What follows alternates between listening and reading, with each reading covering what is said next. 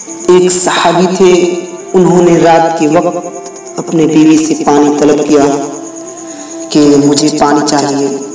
ان کی بیوی اتنی فرما بردار تھی کہ وہ پانی لے کر کے آئی، اور جب ان کی بیوی پانی لے کر کے آئی تو ان کی آنکھ لگ گئی، صحابی رسول کی آنکھ لگ گئی۔ مدینہ منورہ ہے، حضور علیہ السلام کا ظاہری دور ہے۔ خوش نصیب لوگ جنہوں نے ماتھے کی آنکھوں سے اللہ کے حبیب علیہ السلام کا دیدار کیا۔ سرزمین مدینہ شریف میں ان کا قیام تھا، آقا کریم سے ڈائریکٹ علم حاصل کرتے تھے، وحی کو نازل ہوتے دیکھتے تھے۔ ان کی سوچ، ان کی فکر، ان کا تدبر، یقیناً اس تک تو ہماری کبھی رسائی ہی نہیں ہو سکتی، اور ہم تو ان کے قدموں کے لگنے والے ذرات تک بھی نہیں پہنچ سکتے۔ یہ ان کے مراتب تھے، اللہ نے انہیں یہ شان عطا کی تھی۔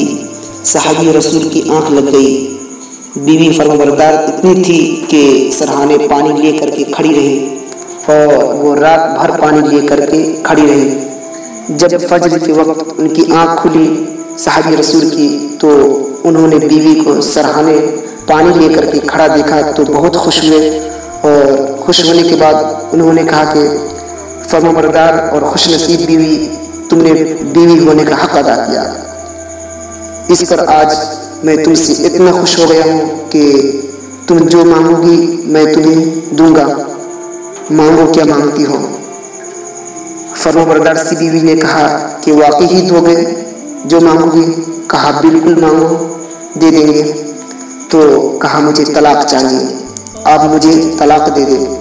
انہیں حیرت ہوئی، کہا تو محبت اور وفات فرمانبرداری کا معاملہ یہ ہے کہ رات بھر پانی لے کر کے سرہانے کھڑی رہی ہے، اس لیے کہ جھگڑالو بیوی، نفرت کرنے والی بیوی اور شوہر کی نافرمان بیوی اگر طلاق مانگے تو بات سمجھ میں آتی ہے، لیکن اتنی وفادار اور فرمانبردار کہ پانی مانگنے پر رات بھر پانی لے کر کے کھڑی رہی، اور کہا جاتا ہے جو مانگو گی دے دیا جائے گا، تو طلاق مانگ رہی ہے۔ اس صحابی نے کہا کہ یہ مجھے کچھ سمجھ میں نہیں آ رہا ہے، مجھے اچھا نہیں لگ رہا ہے، یہ جو تم نے مانگا ہے مناسب بھی نہیں معلوم ہوتا۔ ایک کام کرے، اس مقدمے کو لے کر ہم سید المرسلین، قائد المرسلین حضور صلی اللہ علیہ وسلم کے بارگاہ میں چلتے ہیں، اور آقا علیہ السلام سے فیصلہ کراتے ہیں کہ بھائی ہم نے کہا ہے کہ جو مانگو گی دے دیں گے، جو طلب کرو گی دے دیں گے، تو آپ نے تو طلاق مانگ لیا ہے۔ اس بیوی نے کہا ٹھیک ہے، چلے آپ حضور اکرم صلی اللہ علیہ وسلم کی بارگاہ میں چلتے ہیں اور وہاں سے فیصلہ طلب کرتے ہیں۔ اور جب دونوں ساتھ ساتھ چلے تو راستے میں اس صحابی کو ٹھوکر لگی، اور ٹھوکر لگنے سے ان کا پیر شدید زخمی ہو گیا۔ جب شدید زخمی ہو گیا تو اس بیوی نے کہا اے میرے شوہر، اب مجھے طلاق نہیں چاہیے، واپس چلے۔